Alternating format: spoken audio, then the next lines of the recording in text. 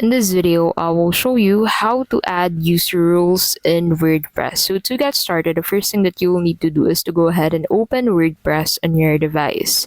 Now, once you have opened WordPress, go ahead and sign in into your account. At the left side of your screen, you'll find this sidebar. So on the sidebar, go ahead and click on the Users tab. So click on Users and this will redirect you into this section. So in here, you can go ahead and click on that Add a User button at the top right of the page, and this will allow you to add a new user who can access your WordPress website. So click on that, and then in here you can go ahead and set the role for this user. So make sure that you set the correct roles for each user that you add to WordPress.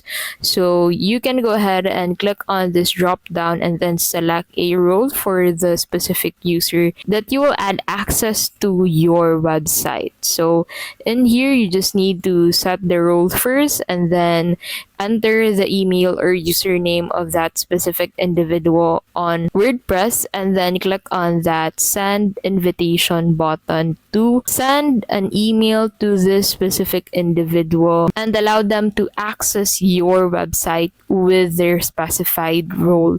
And that's basically how you can add user roles in WordPress.